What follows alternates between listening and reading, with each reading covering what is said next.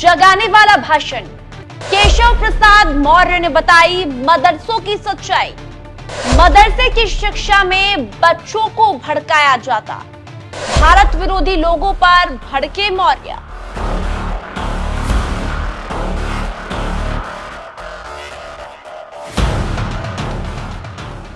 नमस्कार, NMF news देख रहे हैं आप और मैं हूं आपके साथ वागीशा पांडे।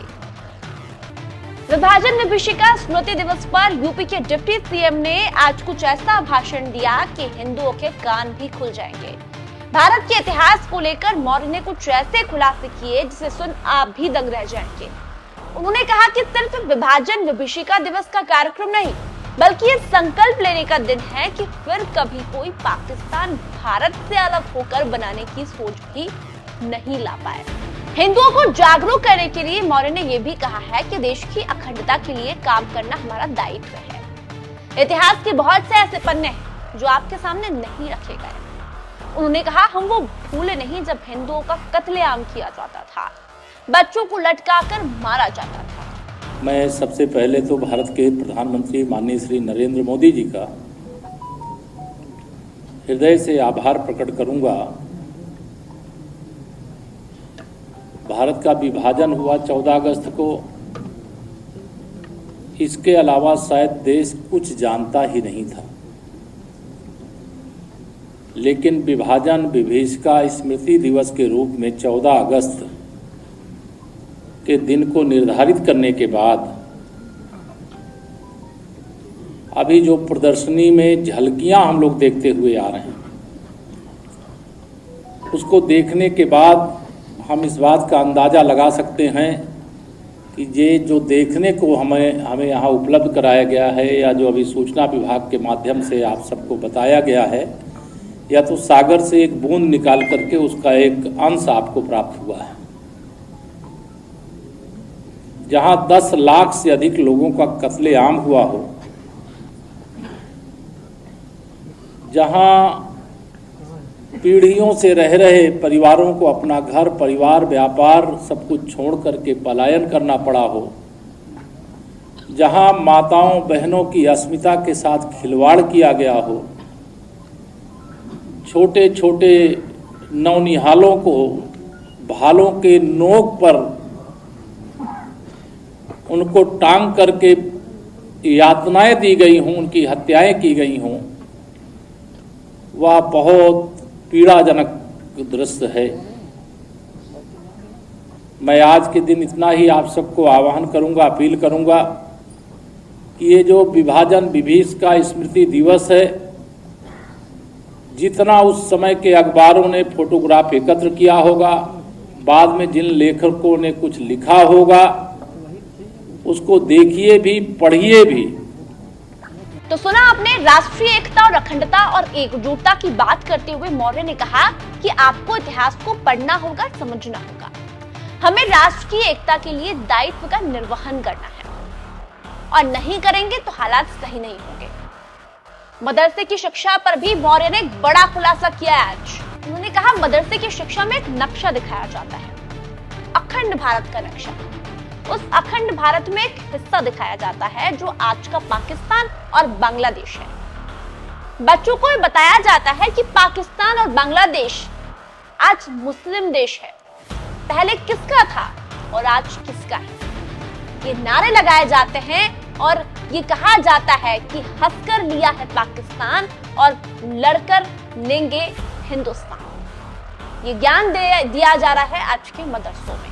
यूपी में अवैध मदरसों पर लगी लगाम, लेकिन यूपी में अवैध मदरसों पर योगी जी ने कितनी लगाम लगाई है वो पूरा देश जानता है। अवैध मदरसों को लेकर उत्तर प्रदेश और मुख्यमंत्री योगी आदित्यनाथ कितने चर्चित रहे ये भी देश जानता है। अवैध मदरसों को लेकर यूपी में 13,000 अवैध मदरसों पर कार्रवाई की गई। इनमें से ज्यादातर मदरसे नेपाल सीमा के जिलों में मौजूद है। योगी सरकार ने प्रदेश में चल रहे मदरसों का पहले सर्वे कराया था। सर्वे में कई बड़े खुलासे हुए और ये सामने आया था कि प्रदेश में 16,513 मान्यता प्राप्त मदरसे हैं, जबकि 8,500 गैर मान्यता प्राप्त मदरसे चल रहे हैं। उसके बाद ये भी आरोप लगे थे कि इन सभी मदरसों को विदेशी फंडिंग हो रही है, जिसका गलत इस्तेमाल किया जाता है। यहाँ गलत शिक्षा दी जाती है। और यह समारोह मात्र नहीं है, संकल्प लेने का दिन है। फिर कभी कोई पाकिस्तान भारत से अलग होकर के बनने की सोच भी मन में ना ला सके, जब तक ये हम सब ठान करके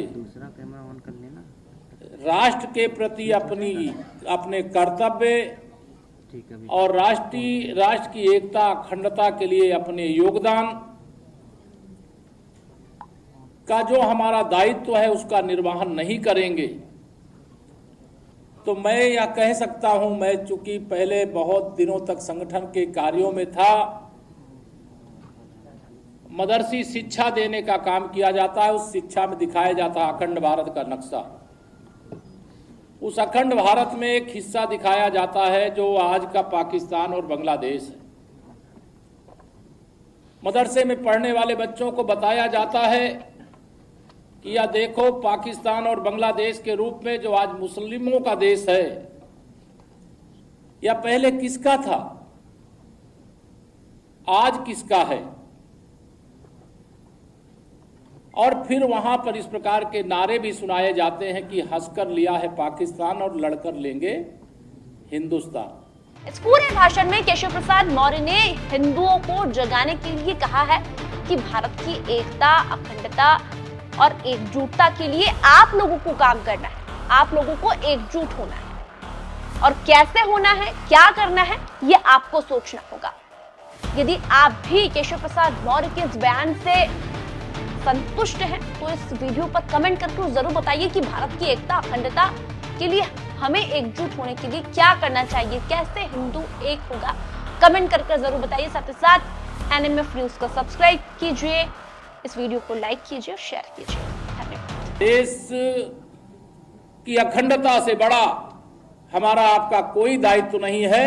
आज हम सबका एक ही दायित्व है, हम देश को हर प्रकार से मजबूत बनाने के लिए क्या करें, कैसे करें, क्यों करें, यह विचार आपके लिए छोड़ते हुए मैं अपनी बात को पूरी करता हूं। धन्यवाद। देश की अखंडता से बड़ा हमारा आपका कोई दायित्व नहीं है।